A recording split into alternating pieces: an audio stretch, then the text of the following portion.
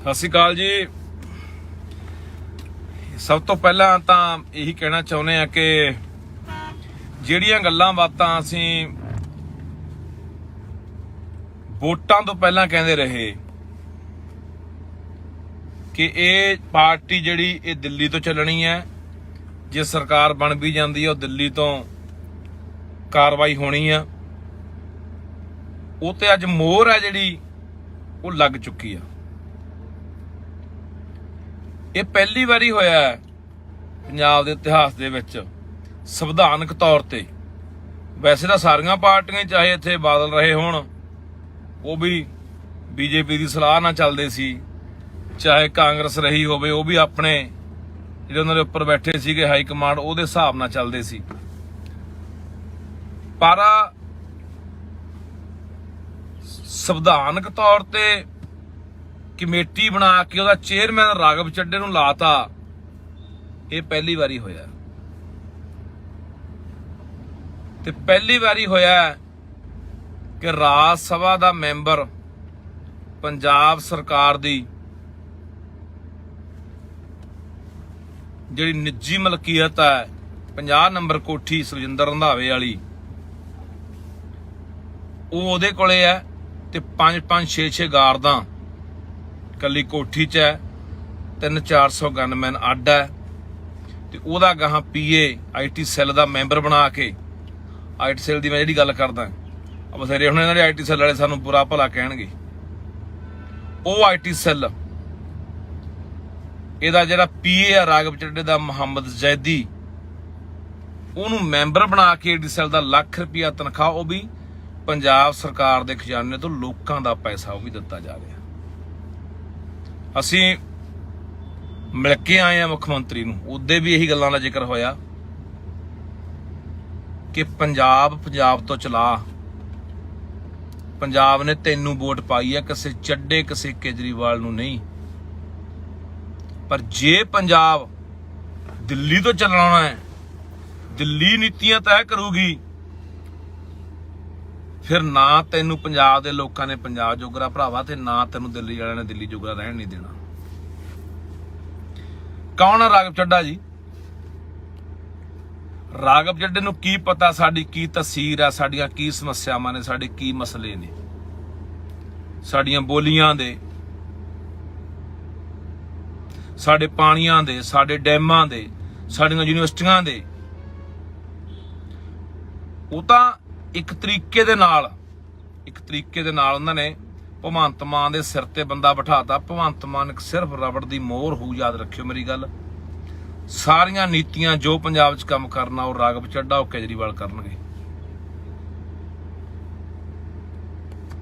ਤੇ ਇੱਥੋਂ ਸਾਨੂੰ ਸਮਝਣਾ ਚਾਹੀਦਾ ਹੈ ਕਿ ਪੰਜਾਬ ਹੁਣ ਕਿੱਧਰ ਨੂੰ ਚੱਲ ਪਿਆ। ਰੌਲਾ ਪਿਆ ਪਿੱਛੇ, ਜੇ ਤੁਸੀਂ ਦੇਖਿਆ ਹੋਣਾ ਸਾਰਿਆਂ ਨੇ, ਕਿ ਪੰਜਾਬ ਦੇ ਅਫਸਰ ਕੇਜਰੀਵਾਲ ਨੇ ਦਿੱਲੀ ਸੱਦ ਲਏ ਸੀ। ਹੁਣ ਉਹ ਕਹਿੰਦੇ ਲੋੜ ਹੀ ਨਹੀਂ, ਅਸੀਂ ਇਹ ਜੱਬ ਹੀ ਮੁਕਾ ਦਿੰਨੇ ਆ। ਉਹਨਾਂ ਨੇ ਪੱਖਾ ਹੀ ਬੰਦਾ ਉੱਤੇ ਬਿਠਾਤਾ।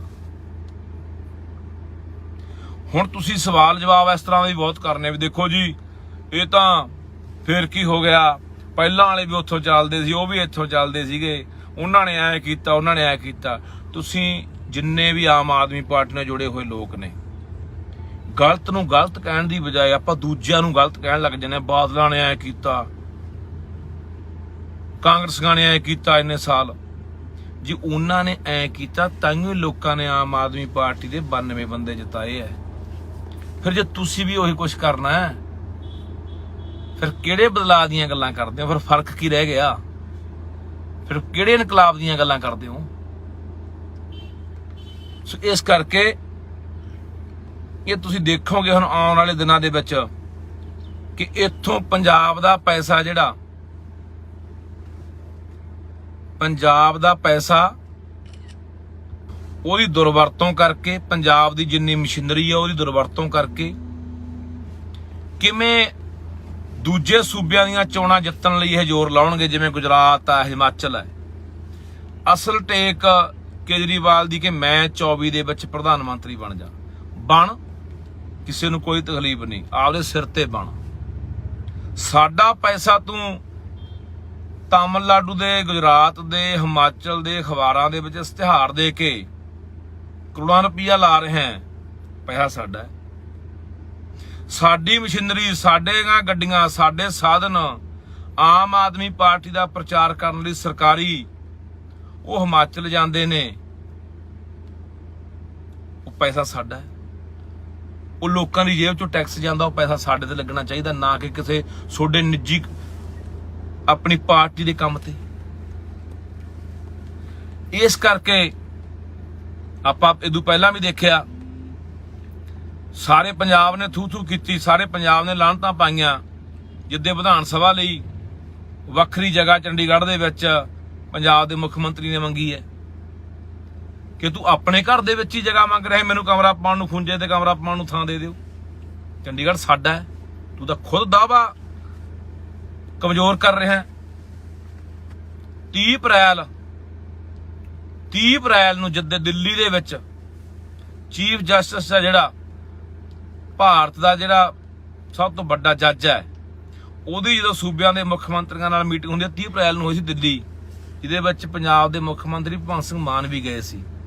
ਤੇ ਉੱਥੇ ਭਗਵੰਤ ਮਾਨ ਨੇ ਵੀ ਇਹ ਬਿਆਨ ਰੱਖਤਾ ਸੀਗਾ। ਹਾਲੇ ਤੱਕ ਭਗਵੰਤ ਨੇ ਸਪਸ਼ਟੀਕਰਨ ਨਹੀਂ ਦਿੱਤਾ। ਸਾਰੇ ਵੱਡੇ ਵੱਡੇ ਅਖਬਾਰਾਂ ਦੇ ਵਿੱਚ, ਹਿੰਦੁਸਤਾਨ ਟਾਈਮਜ਼ ਦੇ ਵਿੱਚ, ਦਾ ਟ੍ਰਿਬਿਊਨ ਦੇ ਵਿੱਚ, ਪੰਜਾਬੀ ਅਖਬਾਰਾਂ ਦੇ ਵਿੱਚ ਇਹ ਖਬਰਾਂ ਲੱਗੀਆਂ ਨੇ ਕਿ 30 ਅਪ੍ਰੈਲ 2022 ਨੂੰ ਭਗਵੰਤ ਨੇ ਦਿੱਲੀ ਚੀਫ ਜਸਟਿਸ ਦੇ ਮੂਹਰੇ ਮੰਗ ਰੱਖਤੀ ਸੀ ਕਿ ਅਸੀਂ ਆਪਣਾ ਹਾਈ ਕੋਰਟ, ਅਸੀਂ ਆਪਣੀ ਵਿਧਾਨ ਸਭਾ, ਜਿਹੜਾ ਨਵਾਂ ਚੰਡੀਗੜ੍ਹ, ਨਿਊ ਚੰਡੀਗੜ੍ਹ ਜਿਹਨੂੰ ਕਹਿੰਦੇ ਸੀ, ਉੱਥੇ ਲਿਜਾਣ ਨੂੰ ਤਿਆਰ ਆ। ਇਹ ਬਿਆਨ ਹੈ ਭਗਵੰਤ ਮਾਨ ਦੇ। ਉਹਨਾਂ ਨੇ ਤਾਂ ਯੂਨੀਵਰਸਿਟੀ ਖੋਣ ਦੀ ਤਿਆਰੀ ਹੋ ਚੁੱਕੀ ਹੈ, ਕੇਂਦਰ ਦੇ ਕਾਨੂੰਨ ਲਾਗੂ ਕਰਤੇ ਚੰਡੀਗੜ੍ਹ ਦੇ ਵਿੱਚ, ਉਹ ਤਾਂ ਲੈ ਗਏ ਸਾਰਾ ਕੁਝ ਖੋ ਕੇ। BBMB ਦਾ ਪ੍ਰਬੰਧ ਸਾਡੇ ਕੋਲੋਂ ਖੋਹ ਲਿਆ ਉਹਨਾਂ ਨੇ, ਸਾਡੇ ਪੱਲੇ ਕੀ ਰਹਿਣ ਦਿੱਤਾ ਹੈ। ਆਉਣ ਵਾਲੇ ਸਮੇਂ 'ਚ ਹੋਰ ਦੇਖੋਗੇ ਹਾਲਾਤ ਕੀ ਬਣਦੇ ਆ। ਐ ਲੜੋਗੇ ਕੇਂਦਰ ਦੇ ਨਾਲ, ਤੁਸੀਂ ਖੁਦ ਹੀ ਛੱਡ ਦਿਓ ਵੀ ਠੀਕ ਹੈ ਕੋਈ ਗੱਲ ਨਹੀਂ, ਤੁਸੀਂ ਵਿਧਾਨ ਸਭਾ, ਹਾਈ ਕੋਰਟ ਵੀ ਅਸੀਂ ਆਪ ਦੀ ਮੁਹਾਲੀ ਬਣਾ ਲਾਂਗੇ, ਨਵੇਂ ਚੰਡੀਗੜ੍ਹ ਬਣਾ ਲਾਂਗੇ, ਸਾਡੀ ਯੂਨੀਵਰਸਿਟੀ ਕਿਤੇ ਹੋਰ ਬਣਾ ਲਾਂਗੇ, ਖੁਦ ਛੱਡੀ ਜਾਂਦੇ ਆ। ਕੀ ਪਤਾ ਯਾਰ ਕਿਸੇ ਚੱਡੇ ਵਰਗਿਆਂ ਨੂੰ ਕਿ ਪੰਜਾਬ ਦੇ ਦੁੱਖ ਦਰਦ ਕਿਹੜੇ ਨੇ ਯਾਰ, ਪੰਜਾਬ ਨੂੰ ਕਿਹੜੀਆਂ ਗੱਲਾਂ ਤੋਂ ਤਕਲੀਫ ਹੈ। ਤੇ ਪੰਜਾਬ ਲਗਾਤਾਰ ਉਹਨਾਂ ਨੇ ਵੀ ਲੁੱਟਿਆ, ਜਿਹੜੇ ਪਹਿਲਾਂ ਬਾਦਲਾਂ ਨੇ BJP ਨਾਲ ਰਲ ਕੇ, ਆ ਕਾਂਗਰਸੀਆਂ ਨੇ ਵੀ ਲੁੱਟਿਆ, ਆ ਨਵੇਂ ਲਟੇਰੇ ਹੋਰ ਆ ਗਏ। ਯਾਰ ਲਟੇਰੇ ਆ ਗਏ, ਕੇਜਰੀਵਾਲ ਚੱਡੇ ਵਰਗੇ ਆ ਗਏ, ਜੋ ਸਿਰ ਤੇ ਲਿਆ ਕੇ ਪੰਜਾਬੀਆਂ ਦੇ ਬਿਠਾਤੇ। ਹੁਣ ਮੈਂ ਜਿਹੜੇ ਆਮ ਆਦਮੀ ਪਾਰਟੀ ਨੂੰ ਵੋਟ ਪਾਉਣ ਵਾਲੇ ਆ, ਉਹਨਾਂ ਨੂੰ ਪੁੱਛਣਾ ਚਾਹੁੰਦਾ ਕਿ ਤੁਸੀਂ ਅੰਨੇ ਹੋ ਕੇ ਅੰਨੀ ਭਗਤੀ ਬਣਨਾ ਹੁੰਦਾ ਵੀ ਕੋਈ ਆਪਣਾ ਦਿਮਾਗ ਨਹੀਂ ਖੋਲਣਾ ਕਿ ਯਾਰ ਇਹ ਕੀ ਹੋ ਰਿਹਾ, ਇਹ ਕਿਉਂ ਹੋ ਰਿਹਾ। ਤੁਹਾਡੇ MLA ਨੇ ਤੁਸੀਂ ਵੋਟਾਂ ਪਾਈਆਂ 50-50,000 60,000 ਤੇ ਜਿਤਾਏ ਹੈ, ਉਹਨਾਂ ਨੂੰ ਨਹੀਂ ਪੁੱਛ ਸਕਦੇ ਕਿ ਆਹ ਥੋੜੀ ਪਾਰਟੀ ਕੀ ਕਰੀ ਜਾਂਦੀ ਹੈ। ਕੀ ਪੰਜਾਬ ਦੇ ਵਿੱਚ ਕੋਈ ਕਾਬਲ ਬੰਦਾ ਨਹੀਂ ਮਿਲਿਆ, ਕੋਈ ਯੋਗ ਬੰਦਾ ਨਹੀਂ ਮਿਲਿਆ ਪਹਿਲਾਂ ਰਾਸਵਾ ਭੇਜਣ ਲਈ, ਤੇ ਹੁਣ ਇੱਥੇ ਜੇ ਬਣਾਉਣਾ ਵੀ ਸੀ, ਕੋਈ ਸਲਾਹਕਾਰ ਰੱਖਣਾ ਵੀ ਸੀ, ਪੰਜਾਬ ਦੇ ਵਿੱਚ ਕਿੰਨੇ ਬੁੱਧੀਜੀਵੀ ਬੰਦੇ ਬੈਠੇ ਆ, ਕਿੰਨੇ ਵਿਦਵਾਨ ਬੰਦੇ ਬੈਠੇ ਆ, ਉਹਨਾਂ ਦੀ ਸਲਾਹ ਲਈ ਜਾ ਸਕਦੀ। ਪੰਜਾਬ ਦੇ ਵਿੱਚ ਭਈਆ ਨੀਤੀਆਂ ਲਾਗੂ ਕਰਨੀਆਂ ਨੇ, ਸਾਨੂੰ ਸਲਾਹਕਾਰ ਕਮੇਟੀ ਬਣਾ ਲੈਂਦੇ, ਪੰਜਾਬ ਚੋਂ ਬਣਾ ਲਓ, ਦਿੱਲੀ ਵਾਲਾ ਚੱਡਾ ਹੀ ਕਿਉਂ। ਸੋ ਇਸ ਕਰਕੇ ਮੈਂ ਦੇਖੋ, ਉਹਨਾਂ ਦਾ ਤਾਂ ਮੈਨੂੰ ਪਤਾ, ਉਹ ਰਬੜ ਦੀਆਂ ਮੋਹਰਾਂ ਬਣ ਗਏ ਨਾ, ਜਿਹੜੇ 90 ਹੈ ਇਹਨਾਂ ਨੇ MLA ਬਣਨਾ ਸੀ, ਬਣ ਗਏ ਨਾ, ਇਹਨਾਂ ਨੇ ਬੋਲਣਾ, ਇਹਨਾਂ ਦੇ ਮੂੰਹ ਸਿਉਂਤੇ ਗਏ। ਇਹਨਾਂ ਨੂੰ ਕੋਈ ਸਾਰੋਕਾਰ ਨਹੀਂ ਪੰਜਾਬ ਨਾਲ, ਪੰਜਾਬ ਚਾਹੇ ਢੱਠੇ ਖੂਚ ਪਵੇ ਨਾ, ਪੰਜਾਬ ਦੇ ਮੁੱਖ ਮੰਤਰੀ ਨੇ ਬੋਲਣਾ। ਪਰ ਪੰਜਾਬ ਦੇ ਲੋਕੋ, ਜੇ ਪੰਜਾਬ ਬਚਾਉਣਾ, ਤੁਸੀਂ ਪੰਜਾਬ ਨੂੰ ਬਚਾਉਣ ਲਈ ਬਹੁਤ ਵਧੀਆ ਫੈਸਲਾ ਲਿਆ ਸੀ, ਪੰਜਾਬ ਦੇ ਬਦਲਾਅ ਲੈ ਕੇ ਆਉਣ ਲਈ, ਪੰਜਾਬ ਨੂੰ ਪੈਰਾਂ ਤੇ ਖੜਾ ਕਰਨ ਦੇ ਲਈ। ਸੋਡਾ ਹੁਣ ਫਰਜ਼ ਬਣਦਾ ਹੈ ਗਲਤ ਨੂੰ ਗਲਤ, ਸਹੀ ਨੂੰ ਸਹੀ ਕਹਿਣ ਦਾ। ਤੁਸੀਂ ਇਸ ਗੱਲ ਦਾ ਵਿਰੋਧ ਕਰੋ, ਆਪਣੇ MLA ਨੂੰ ਕਹੋ ਹਲਕੇ ਦੇ ਵਿੱਚ ਵੀ ਤੁਸੀਂ ਆਹ ਕੀ ਕਰ ਰਹੇ ਹੋ। ਕੱਲ ਲੋਕਾਂ ਦੇ ਦਬਾਅ ਨਾਲ ਹੀ ਉਹ ਹੱਲ ਹੋਇਆ ਵੀ ਮੱਤੇ ਵੜਾ। ਲੋਕ ਵੱਡੀ ਤਾਕਤ ਨੇ ਬਾਈ। ਅੱਜ ਜੇ ਵਿਧਾਨ ਸਭਾ ਦੇ ਵਿੱਚ ਅਜਲਾਸ ਦੇ ਵਿੱਚ ਪੰਜਾਬ ਦਾ ਮੁੱਖ ਮੰਤਰੀ ਇਹ ਕਹਿੰਦਾ ਹੈ ਕਿ ਅਸੀਂ ਮੱਤੇਵਾੜੇ ਜੰਗਲ ਦੇ ਵਿੱਚ 1000 ਏਕੜ ਦੇ ਵਿੱਚ ਸਨਅਤ ਲਾਵਾਂਗੇ, ਉਦਯੋਗ ਲਾਵਾਂਗੇ, ਟੈਕਸਟਾਈਲ ਪਾਰਕ ਬਣਾਵਾਂਗੇ, ਉਹ 1000 ਏਕੜ ਜ਼ਮੀਨ ਅਸੀਂ ਪੂਰੀ ਕਰਕੇ ਦੇਵਾਂਗੇ ਉਹਨਾਂ ਕੰਪਨੀਆਂ ਨੂੰ, ਉਹਨਾਂ ਕਾਰਪੋਰੇਟਾਂ ਨੂੰ, ਤੇ ਉਹ ਕਿਉਂ ਪਿੱਛੇ ਹਟੇ ਅੱਜ? ਕਿਉਂਕਿ ਲੋਕਾਂ ਦਾ ਇਕੱਠ, ਲੋਕਾਂ ਦਾ ਦਬਾਅ। ਕੱਲ ਲੋਕਾਂ ਦਾ ਇਕੱਠ ਹੋਇਆ ਉੱਥੇ, ਕੱਲ ਲੋਕ ਆਏ, ਲੋਕ ਆਪਣੇ ਜੰਗਲਾਂ ਨੂੰ, ਆਪਣੇ ਦਰਿਆਵਾਂ ਨੂੰ ਬਚਾਉਣ ਲਈ ਉੱਠੇ ਨੇ। ਤਾਂ ਅੱਜ ਪੰਜਾਬ ਸਰਕਾਰ ਨੂੰ ਫੈਸਲਾ ਵਾਪਸ ਲੈਣਾ ਪੈ ਗਿਆ, ਜਿਹੜਾ ਉਹਨਾਂ ਨੇ ਵਿਧਾਨ ਸਭਾ ਦੇ ਵਿੱਚ ਬੋਲਤਾ ਸੀ। ਤੈਅ ਕਰਤਾ ਸੀ ਵੀ ਇੱਥੇ ਬਣਾਵਾਂਗੇ, ਜਿਹੜੇ ਦੇ ਉੱਤੇ ਕਦੇ ਸੁਖਬੀਰ ਬਾਦਲ ਰੇਸ ਕੋਰਸ ਬਣਾਉਣ ਦੀਆਂ ਗੱਲਾਂ ਕਰਦਾ ਹੁੰਦਾ ਸੀ, ਕਦੇ ਕਸੀਨੋ ਖੋਲ੍ਹਣ ਦੀਆਂ ਗੱਲਾਂ ਕਰਦਾ ਸੀ, ਕਦੇ ਕੈਪਟਨ ਨੇ ਵੀ ਉਹ ਜ਼ਮੀਨ ਅਕਵਾਇਰ ਕੀਤੀ ਸੀ। ਬਾਲੇ ਪੁੱਛਦਿਆ ਕੱਲ ਬਾਈ ਤੁਹਾਡਾ ਕੀ ਰੌਲਾ ਸੀ? ਰੌਲਾ ਸਾਡਾ ਇਹੀ ਸੀ ਬਾਈ, ਜਿਹੜੇ ਉਹ ਜ਼ਮੀਨਾਂ ਖੋਹਣ ਵਾਲੇ ਨੇ, ਜਿਹੜੇ ਉਜਾੜਨ ਵਾਲੇ ਨੇ ਜੰਗਲ ਨੂੰ, ਉਹਦਾ ਕੱਲ ਉਹਦੇ ਮੂਹਰੇ ਆਏ ਬੈਠੇ ਸੀ ਕਾਂਗਰਸੀ ਵੀ, ਬਾਦਲ ਵਾਲੇ ਵੀ। ਇਸ ਵਾਰ ਇਹੀ ਕੰਮ ਚੱਲੀ ਜਾਊਗਾ, ਜਦੋਂ ਵਿਰੋਧੀ ਧਿਰ 'ਚ ਹੋਣਗੇ ਉਦੋਂ ਲੋਕਾਂ ਨਾਲ ਖੜ ਜਾਣਗੇ, ਜਦੋਂ ਸਰਕਾਰ 'ਚ ਹੁੰਦੇ ਆ ਉਦੋਂ ਫਿਰ ਉਹ ਨੀਤੀਆਂ ਲਾਗੂ ਕਰੀ ਜਾਂਦੇ ਆ। ਲੋਕਾਂ ਦੀ ਤਾਕਤ ਵੱਡੀ ਆ ਬਾਈ, ਤੁਸੀਂ ਦਿਖਾਤਾ ਕੱਲ ਇਕੱਠ ਕਰਕੇ ਕਿ ਸਰਕਾਰ ਕਿਵੇਂ ਪਿੱਛੇ ਕਰਨੀ ਹੈ। ਐਂ ਆਪਾਂ ਜਿਹੜਾ ਨਹਿਰਾਂ ਦੇ ਵਿੱਚ ਕਾਗਜ਼ ਪਾ ਰਹੇ ਆ, ਪੱਕੀਆਂ ਕਰ ਰਹੇ, ਉਹਦੇ ਲਈ ਇਹਨਾਂ ਨੇ 800 ਕਰੋੜ ਰੁਪਇਆ ਰੱਖਿਆ। ਜਿੱਦਾਂ ਇਹ ਦੁਬਾਰਾ ਪਾਉਣ ਲੱਗ ਗਏ, ਨਹਿਰਾਂ ਦੀ ਬੰਦੀ ਹੋਈ, ਉਦੇ ਵੀ ਤਕੜੇ ਰਹੋ, ਤਿਆਰ ਰਹੋ, ਉਦੇ ਵੀ ਆਪਾਂ ਉਹ ਨਹਿਰਾਂ ਦੇ ਵਿੱਚੋਂ ਕਾਗਜ਼ ਮੋਮੀ ਜਾਵੋ ਪੈਣ ਨਹੀਂ ਦੇਣਾ। ਇਹ ਸੋਡੇ ਸਿਰ ਤੇ ਖੜ ਗਈ ਵੱਲ ਹੁਣ ਪੰਜਾਬ ਦੇ ਲੋਕੋ। ਇੰਨਾ ਕੁ ਹੈ ਕਿ ਆਪਾਂ ਪੰਜਾਬ ਲਈ ਸੋਚਣਾ ਸ਼ੁਰੂ ਕਰ ਗਏ, ਪੰਜਾਬ ਨਾਲ ਖੜ ਗਏ, ਪੰਜਾਬ ਦੇ ਮੁੱਦਿਆਂ ਤੇ ਗੱਲ ਕਰ ਗਏ, ਆਪਦੀ ਜ਼ਮੀਰ ਦੀ ਆਵਾਜ਼ ਸੁਣ ਗਏ। ਐ ਨਹੀਂ ਵੀ ਹਾਂ ਅੰਨੇ ਭਗਤ ਬਣ ਗਏ ਕਿਸੇ ਬਾਦਲਾਂ ਦੇ, ਕਿਸੇ ਕਾਂਗਰਸੀਆਂ ਦੇ, ਕਿਸੇ ਝਾੜੂ ਦੇ। ਸਾਡੀ ਨਾ ਕਿਸੇ ਨਾਲ ਕੋਈ ਨਿੱਜੀ ਵੈਰ ਹੈ, ਨਾ ਵਿਰੋਧ ਹੈ। ਅਸੀਂ ਤਾਂ ਜਿਹੜਾ ਬੰਦਾ ਪੰਜਾਬ ਲਈ ਕੰਮ ਕਰੂ, ਪੰਜਾਬ ਲਈ ਬੋਲੂ, ਉਹਦੇ ਨਾਲ ਆ। ਜਿਹੜਾ ਬੰਦਾ ਪੰਜਾਬ ਦੇ ਉਲਟ ਭੁਗਤੂਗਾ, ਕੋਈ ਵੀ ਹੋਇਆ, ਉਹਦੇ ਵਿਰੋਧ 'ਚ। ਇਹੀ ਕੰਮ ਹਰ ਪੰਜਾਬੀ ਦਾ ਹੋਣਾ ਚਾਹੀਦਾ। ਜਿੱਦੇ ਹਰ ਪੰਜਾਬੀ ਇਸ ਤਰ੍ਹਾਂ ਜਾਗ ਗਿਆ, ਹਰ ਪੰਜਾਬੀ ਇਹ ਸੋਚਣ ਲੱਗ ਗਿਆ ਕਿ ਨਹੀਂ ਯਾਰ, ਮੈਂ ਕਿਸੇ ਦੀ ਕੋਈ ਮੇਰੀ ਕਿਸੇ ਪਾਰਟੀ ਦੀ ਵਿਚਾਰਧਾਰਾ ਨਾਲ ਮੈਂ ਵੱਜਿਆ ਨਹੀਂ ਹੋਇਆ, ਮੈਂ ਪੰਜਾਬ ਨਾਲ ਵੱਜਿਆ ਹੋਇਆ, ਮੈਂ ਪੰਜਾਬ ਨੂੰ ਸਮਰਪਿਤ ਹਾਂ, ਮੈਂ ਪੰਜਾਬ ਨੂੰ ਜਵਾਬਦੇਹ ਹਾਂ, ਮੈਂ ਆਉਣ ਵਾਲੀਆਂ ਨਸਲਾਂ ਨੂੰ ਜਵਾਬਦੇਹ ਹਾਂ, ਮੈਂ ਆਦੀ ਸੱਭਿਅਤਾ ਨੂੰ ਬਚਾ ਕੇ ਰੱਖਣਾ, ਵਿਰਾਸਤ ਨੂੰ ਜਿਉਂਦਾ ਰੱਖਣਾ। ਉਦੋਂ ਅਸੀਂ ਕਾਮਯਾਬ ਹੋਵਾਂਗੇ। ਜਿੱਦੇ ਅਸੀਂ ਇਹ ਬਣ ਜਾਂਦੇ ਆ ਅੰਨੇ ਭਗਤ, ਜਿੰਨੇ ਅਸੀਂ ਕਹਿੰਦੇ ਨਹੀਂ ਇਹ ਜੋ ਮਰਜ਼ੀ ਕਰੀ ਜਾਵੇ। ਹੁਣ ਆਪਾਂ ਦੇਖਦੇ ਹੀ ਅੰਨੇ ਭਗਤਾਂ ਦੀ ਗੱਲ, ਉਹ ਸਾਧ ਇੱਕ ਬਲਾਤਕਾਰ ਦੇ ਕੇਸ ਚੋਂ ਅੰਦਰੋਂ ਆਇਆ, ਉਹਦੇ ਅੰਨੇ ਭਗਤ ਮਠਿਆਈਆਂ ਵੰਡੀ ਜਾਂਦੇ ਆ। ਇਦੋਂ ਕੀ ਫਿਰ ਸਾਡੀ ਮੱਤ ਜਿਹੜੀ ਬੁੱਧੀ ਭ੍ਰਿਸ਼ਟ ਹੋ ਸਕਦੀ ਹੈ ਕਿ ਜਦੋਂ ਸਾਨੂੰ ਇਹ ਪਤਾ ਕਿ ਬੰਦਾ ਬਲਾਤਕਾਰ 'ਚ ਅੰਦਰ ਗਿਆ, ਇਹਨੇ ਉੱਥੇ ਇੰਨੇ ਕਤਲ ਕਰਾਏ ਹੈ, ਉਹ ਵੀ ਕੇਸ ਚੱਲ ਰਹੇ ਆ, ਉਹਦੇ ਵੀ ਨਹੀਂ ਅੰਨੇ ਭਗਤ ਉਹਨੂੰ ਵੀ ਨਹੀਂ ਮੰਨਣ ਨੂੰ ਤਿਆਰ। ਕਿੰਨਾ ਹਾਲੀਆਂ ਸਾਰਾ ਕੁਝ ਸਾਹਮਣੇ ਆ ਗਿਆ। ਗੱਲ ਇਹ ਚੀਜ਼ ਦਾ ਇੱਥੇ ਸ਼ੋਸ਼ਣ ਹੁੰਦਾ ਸਾਡੇ ਲੋਕਾਂ ਦਾ, ਇਹ ਚੀਜ਼ ਦਾ ਫਾਇਦਾ ਉਠਾਉਂਦੇ ਨੇ, ਚਾਹੇ ਉਹ ਸਾਧ ਹੋਣ ਤੇ ਚਾਹੇ ਆਹ ਸਿਆਸੀ ਬੰਦੇ ਹੋਣ। ਸੋ ਮੇਰਾ ਵੀਰ ਪੰਜਾਬੀਓ, ਮੈਂ ਤੁਹਾਨੂੰ ਅਪੀਲ ਕਰਦਾ, ਦਿਮਾਗ ਖੋਲ ਕੇ ਯਾਰ, ਆਹ ਦੋ ਅੱਖਾਂ ਦਾ ਖੁੱਲੀਆਂ, ਤੀਜੀ ਅੱਖ ਦਿਮਾਗ ਦੀ ਖੋਲ ਕੇ ਚੱਲੋ ਯਾਰ। ਬੜਾ ਗੰਭੀਰ ਸੰਕਟ ਪੰਜਾਬ ਦੇ ਉੱਤੇ ਆਉਣ ਵਾਲਾ। 4 ਸਪੇਰੋਂ ਅਸੀਂ ਘਿਰ ਚੁੱਕੇ ਹਾਂ। ਸੈਂਟਰ ਸਾਨੂੰ ਦੱਬਣ ਨੂੰ ਫਿਰਦਾ, ਬੀਜੇਪੀ ਦੀ ਹਕੂਮਤ ਸਾਨੂੰ ਘੇਰੀ ਬੈਠੀ 4 ਸਪੇਰੋਂ। ਇਤਿਹਾਸ 'ਚ ਗੜਬੜਾਂ, ਪਾਣੀ ਖੋ ਰਹੀ ਆ, ਪਲੀਤ ਵੀ ਕਰ ਰਹੇ ਨੇ, ਨਸ਼ੇ ਨਾਲ ਮਾਰਿਆ ਜਾ ਰਿਹਾ ਹੈ, ਬੜਾ ਕੁਝ ਚੱਲ ਰਿਹਾ ਇੱਥੇ। ਇਹ ਹੁਣ ਜੇ ਅੱਖਾਂ ਖੋਲ ਕੇ ਚੱਲਾਂਗੇ, ਦਿਮਾਗ ਖੋਲ ਕੇ ਚੱਲਾਂਗੇ, ਸੋਚਣਾ ਸਮਝਣਾ ਚੱਲਾਂਗੇ, ਤਾਂ ਜਾ ਕੇ ਅਸੀਂ ਕਦੇ ਪੰਜਾਬ ਲਈ ਕੁਝ ਕਰ ਸਕਦਾ। ਨਹੀਂ ਤਾਂ ਫਿਰ ਸਾਨੂੰ ਪਤਾ ਹੀ ਹੈ, ਉਹਨਾਂ ਨੂੰ ਜਦੋਂ ਇਹ ਪਤਾ ਲੱਗ ਗਿਆ ਵੀ ਅਸੀਂ ਜੋ ਮਰਜ਼ੀ ਕਰ ਦਗੇ, ਸਾਡੇ ਭਾਰਤ ਨੇ ਸਾਡੇ ਹੱਕ ਜੀ ਭੁਗਤਣਾ ਹੁੰਦਾ, ਫਿਰ ਉਹਨਾਂ ਨੂੰ ਕੀ ਪ੍ਰਭਾਵ ਆਈ, ਉਹ ਕਿਉਂ ਸੋਚਣਗੇ। ਸੰਗਰੂਰ ਦੇ ਲੋਕਾਂ ਨੇ ਨਮੂਨਾ ਦਿਖਾਤਾ ਹੈ ਸਰਕਾਰ ਨੂੰ ਕਿ ਨਹੀਂ, ਗੱਲ ਪੰਜਾਬ ਦੀ ਕਰੋ। ਹਾਲੇ ਨਹੀਂ ਯਾਰ ਉਹਨਾਂ ਦੇ ਪੱਲੇ ਪੈ ਰਿਹਾ ਕਿ ਸੰਗਰੂਰ ਤੁਹਾਨੂੰ 3 ਮਹੀਨੇ ਤੁਹਾਡੇ ਮੂੰਹ ਤੇ ਚਪੇੜ ਮਾਰਤੀ ਲੋਕਾਂ ਨੇ, ਆਹੀ ਗੱਲਾਂ ਕਰਕੇ ਕਿ ਇੱਥੋਂ ਗੱਲ ਪੰਜਾਬ ਤੋਂ ਚਲਾਓ। ਉਹ ਫੇਰ ਪਤੰਦਰਾ ਭਾਂਸਿਆ, ਤੂੰ ਫੇਰ ਉਹੀ ਗੱਲ ਕਰ ਰਿਹਾ ਯਾਰ, ਫੇਰ ਤੇਰੀ ਉਹੀ ਚੱਡਿਆਂ ਨੂੰ ਤੂੰ ਅੱਗੇ ਲਿਆ ਕੇ ਲਾਤਾ, ਜਿਹਨੂੰ ਲੋਕ ਕਤਈ ਬਰਦਾਸ਼ਤ ਨਹੀਂ ਕਰਨਗੇ ਗੱਲ। ਸੋ ਇੰਨੀਆਂ ਮੇਰੀਆਂ ਬੇਨਤੀਆਂ ਤੇ ਅਖੀਰ ਤੇ ਇਹੀ ਕਹਿਣਾ ਚਾਹੁੰਦਾ, ਆਓ ਯਾਰ ਇਕੱਠੇ ਹੋ ਕੇ ਆਪਾਂ ਪੰਜਾਬ ਲਈ ਸੋਚਣਾ ਸ਼ੁਰੂ ਕਰੀਏ। ਵਾਹਿਗੁਰੂ ਜੀ ਖਾਲਸਾ, ਵਾਹਿਗੁਰੂ ਜੀ ਕੀ ਫਤਿਹ। ਸਤਿ ਸ਼੍ਰੀ ਅਕਾਲ ਜੀ। ਸਭ ਤੋਂ ਪਹਿਲਾਂ ਤਾਂ ਇਹੀ ਕਹਿਣਾ ਚਾਹੁੰਦੇ ਆ ਕਿ ਜਿਹੜੀਆਂ ਗੱਲਾਂ ਬਾਤਾਂ ਅਸੀਂ ਵੋਟਾਂ ਤੋਂ ਪਹਿਲਾਂ ਕਹਿੰਦੇ ਰਹੇ ਕਿ ਇਹ ਪਾਰਟੀ ਜਿਹੜੀ ਇਹ ਦਿੱਲੀ ਤੋਂ ਚੱਲਣੀ ਹੈ, ਜੇ ਸਰਕਾਰ ਬਣ ਵੀ ਜਾਂਦੀ ਹੈ ਉਹ ਦਿੱਲੀ ਤੋਂ ਕਾਰਵਾਈ ਹੋਣੀ ਆ, ਉਹ ਤੇ ਅੱਜ ਮੋਹਰ ਹੈ ਜਿਹੜੀ ਉਹ ਲੱਗ ਚੁੱਕੀ ਆ। ਇਹ ਪਹਿਲੀ ਵਾਰੀ ਹੋਇਆ ਹੈ ਪੰਜਾਬ ਦੇ ਇਤਿਹਾਸ ਦੇ ਵਿੱਚ ਸੰਵਿਧਾਨਕ ਤੌਰ ਤੇ। ਵੈਸੇ ਤਾਂ ਸਾਰੀਆਂ ਪਾਰਟੀਆਂ, ਚਾਹੇ ਇੱਥੇ ਬਾਦਲ ਰਹੇ ਹੋਣ ਉਹ ਵੀ ਬੀਜੇਪੀ ਦੀ ਸਲਾਹ ਨਾਲ ਚੱਲਦੇ ਸੀ, ਚਾਹੇ ਕਾਂਗਰਸ ਰਹੀ ਹੋਵੇ ਉਹ ਵੀ ਆਪਣੇ ਜਿਹੜੇ ਉਹਨਾਂ ਦੇ ਉੱਪਰ ਬੈਠੇ ਸੀਗੇ ਹਾਈ ਕਮਾਂਡ, ਉਹਦੇ ਹਿਸਾਬ ਨਾਲ ਚੱਲਦੇ ਸੀ। ਪਰ ਸੰਵਿਧਾਨਕ ਤੌਰ ਤੇ ਕਮੇਟੀ ਬਣਾ ਕੇ ਉਹਦਾ ਚੇਅਰਮੈਨ ਰਾਘਵ ਚੱਡੇ ਨੂੰ ਲਾਤਾ। ਇਹ ਪਹਿਲੀ ਵਾਰੀ ਹੋਇਆ ਤੇ ਪਹਿਲੀ ਵਾਰੀ ਹੋਇਆ ਕਿ ਰਾਜ ਸਭਾ ਦਾ ਮੈਂਬਰ ਪੰਜਾਬ ਸਰਕਾਰ ਦੀ ਜਿਹੜੀ ਨਿੱਜੀ ਮਲਕੀਅਤ ਹੈ 50 ਨੰਬਰ ਕੋਠੀ ਸੁਖਜਿੰਦਰ ਰੰਧਾਵੇ ਵਾਲੀ, ਉਹ ਉਹਦੇ ਕੋਲੇ ਹੈ ਤੇ 5-5 6-6 ਗਾਰਦਾਂ ਕੱਲੀ ਕੋਠੀ 'ਚ ਹੈ, 300-400 ਗਨਮੈਨ ਅੱਡ ਹੈ ਤੇ ਉਹਦਾ ਗਾਹਾਂ ਪੀਏ ਆਈਟੀ ਸੈੱਲ ਦਾ ਮੈਂਬਰ ਬਣਾ ਕੇ, ਆਈਟੀ ਸੈੱਲ ਦੀ ਮੈਂ ਜਿਹੜੀ ਗੱਲ ਕਰਦਾ ਬਥੇਰੇ ਹੁਣ ਇਹਨਾਂ ਦੇ ਆਈਟੀ ਸੈੱਲ ਵਾਲੇ ਸਾਨੂੰ ਬੁਰਾ ਭਲਾ ਕਹਿਣਗੇ, ਉਹ ਆਈਟੀ ਸੈੱਲ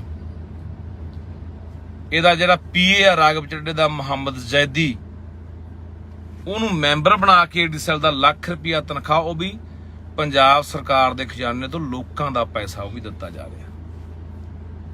ਅਸੀਂ ਮਿਲ ਕੇ ਆਏ ਆ ਮੁੱਖ ਮੰਤਰੀ ਨੂੰ, ਉਹਦੇ ਵੀ ਇਹੀ ਗੱਲਾਂ ਦਾ ਜ਼ਿਕਰ ਹੋਇਆ ਕਿ ਪੰਜਾਬ ਤੋਂ ਚਲਾ, ਪੰਜਾਬ ਨੇ ਤੈਨੂੰ ਵੋਟ ਪਾਈ ਹੈ, ਕਿਸੇ ਚੱਡੇ ਕਿਸੇ ਕੇਜਰੀਵਾਲ ਨੂੰ ਨਹੀਂ। ਪਰ ਜੇ ਪੰਜਾਬ ਦਿੱਲੀ ਤੋਂ ਚੱਲਣਾ ਹੈ, ਦਿੱਲੀ ਨੀਤੀਆਂ ਤੈਅ ਕਰੂਗੀ, ਫਿਰ ਨਾ ਤੈਨੂੰ ਪੰਜਾਬ ਦੇ ਲੋਕਾਂ ਨੇ ਪੰਜਾਬ ਜੋਗਰਾ ਭਰਾਵਾ ਤੇ ਨਾ ਤੈਨੂੰ ਦਿੱਲੀ ਵਾਲਿਆਂ ਨੇ ਦਿੱਲੀ ਜੋਗਰਾ ਰਹਿਣ ਨਹੀਂ ਦੇਣਾ। ਕੌਣ ਹੈ ਰਾਘਵ ਚੱਡਾ ਜੀ?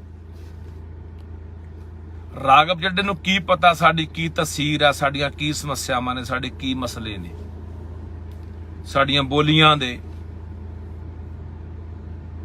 ਸਾਡੇ ਪਾਣੀਆਂ ਦੇ, ਸਾਡੇ ਡੈਮਾਂ ਦੇ, ਸਾਡੀਆਂ ਯੂਨੀਵਰਸਿਟੀਆਂ ਦੇ।